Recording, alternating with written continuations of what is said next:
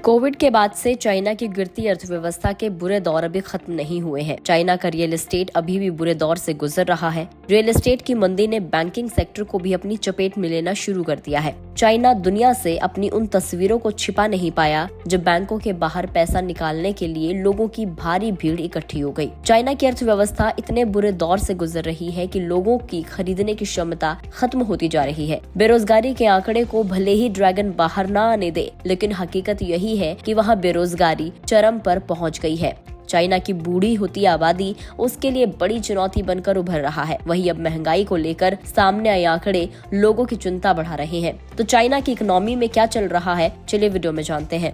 दरअसल चाइना ने 2025 के लिए महंगाई का लक्ष्य 2% तय किया था, जो कि पिछले 3% लक्ष्य से कम है। ये दर्शाता है कि दुनिया की दूसरी सबसे बड़ी अर्थव्यवस्था डिफ्लेशन के दबाव से जूझ रही है। पिछले 2 सालों से उपभोक्ता महंगाई दर यानी कि CPI सिर्फ 0.2% बनी हुई है, जो कि इकोनॉमी में मांग की भारी कमी को दिखाता है। चाइना में फैक्ट्री स्तर पर महंगाई भी लगातार 29वें महीने गिरावट में रही। हालांकि प्रोड्यूसर प्राइस इंडेक्स यानी कि PPI की गिरावट जनवरी के -2.3% से घटकर फरवरी में -2.2% पर आ गई, जो दर्शाता है कि गिरावट की गति थोड़ी धीमी हुई है। चाइना की उपभोक्ता महंगाई दर 13 महीनों में पहली बार 0 से नीचे चली गई है। ये आंकड़े बताते हैं कि चाइना की अर्थव्यवस्था में मंदी जारी है। चीनी सरकार की तरफ से जारी किए गए आंकड़ों के मुताबिक फरवरी में उपभोक्ता मूल्य सूचकांक सालाना आधार पर 0.7% गिर गया है। अनुमान ये जताया जा रहा था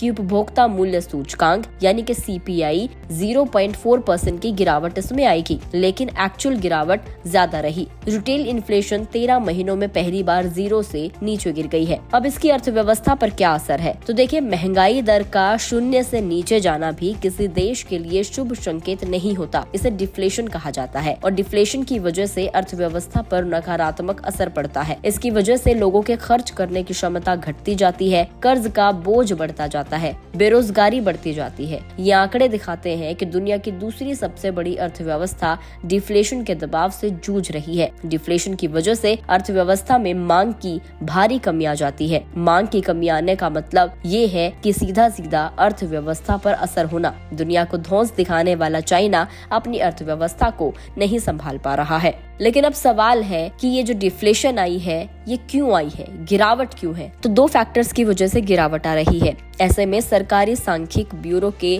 स्टैटिस्टिशियन डोंग लीजुआन ने कहा है कि इस बार लूनर न्यू ईयर जल्दी आ गया था और इसके अलावा फरवरी में कीमतों में गिरावट में तो दूसरे फैक्टर्स ने भी कंट्रीब्यूट किया है। पहला ये कि बेहतर मौसम ने कृषि उत्पादन को बढ़ावा दिया, जिससे ताजी सब्जियों की कीमत कम हुई, और दूसरा, व्हीकल मैन्युफैक्चरर्स ने बिक्री बढ़ाने के लिए प्रचार को बढ़ाया, जिससे नई कारों की कीमतें कम हो गई। सांख्यिकी ब्यूरो ने कहा कि चीजों की थोक कीमत को मापने वाला प्रोड्यूसर प्राइस इंडेक्स फरवरी में 2.2% गिर गया था। अब ऐसे में मार्च से उम्मीद लगाई जा रही है। एक्सपर्ट्स का मानना है कि चाइना की महंगाई दर को लेकर मार्च में ज्यादा क्लैरिटी मिलेगी, क्योंकि निवेशक ये देखना चाहेंगे कि सरकार के स्टिमुलस पॉलिसीज घरेलू डिमांड को कितना बढ़ा रहे हैं। कमजोर उपभोक्ता खर्च और रियल एस्टेट संकट की वजह से चाइना 1960 के दशक के बाद सबसे लंबे समय तक कीमतों में गिरावट के दौर से गुजर रहा है। तो चाइना में जो कमी हो रही है वो इन्फ्लेशन की नहीं हो रही है, बल्कि महंगाई दर के गिरने की हो रही है, यानी कि डिफ्लेशन की हो रही है, जो कि